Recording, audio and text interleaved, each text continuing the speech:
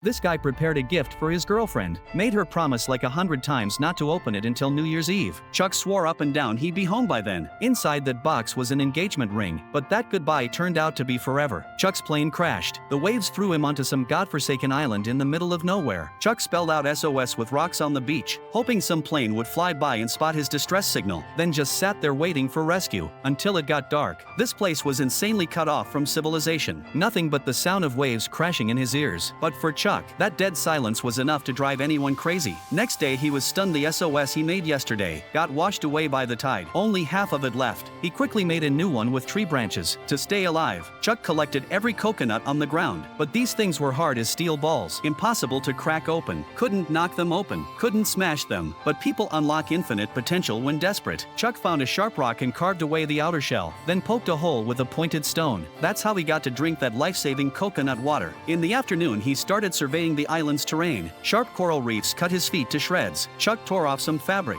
used rope to tie the strips around his feet, made himself some makeshift shoes. With his feet protected, Chuck climbed to the top of the mountain, confirmed he was trapped on a completely isolated island. Every morning's dew was like a lifeline to him, because it was the only source of fresh water on the island. Chuck tried to catch fish to improve his diet, but being a total beginner left him empty-handed. At night he was half asleep and crawled to the beach to relieve himself. Looked up and saw lights flickering in the distance. He felt like he'd found a way out. Turned around and grabbed his flashlight, trying to get their attention. Chuck got no response. He packed his stuff ready to take action. That blinking light was his lifeline. Chuck climbed onto a half-deflated raft, paddled like crazy toward the light. He pushed through wave after wave, but what came at him were bigger and more vicious waves. He eventually flipped over, and it got worse. Chuck's left leg got sliced open by coral reef. He could only drag the raft's wreckage back to shore, used shoelaces and foam to barely bandage the wound. After that he made a simple spear and stabbed a crab, but that's slimy, snot-like raw crab meat. He just couldn't bring himself to eat it. Chuck started trying to make fire by rubbing sticks. Surprisingly, the dry grass actually started smoking. Chuck finally didn't have to gnaw on coconuts anymore. Got to eat grilled seafood. He started calmly calculating his chances of being rescued. But a search area of over 500,000 square kilometers meant the odds of finding him were basically zero. Just like that, he was stuck on the island for 4 whole years. Chuck's fishing skills had become top-notch, but this deserted island was like a prison. Made every second feel like doing time for Chuck. One day there was suddenly some commotion outside. He carefully went out to check.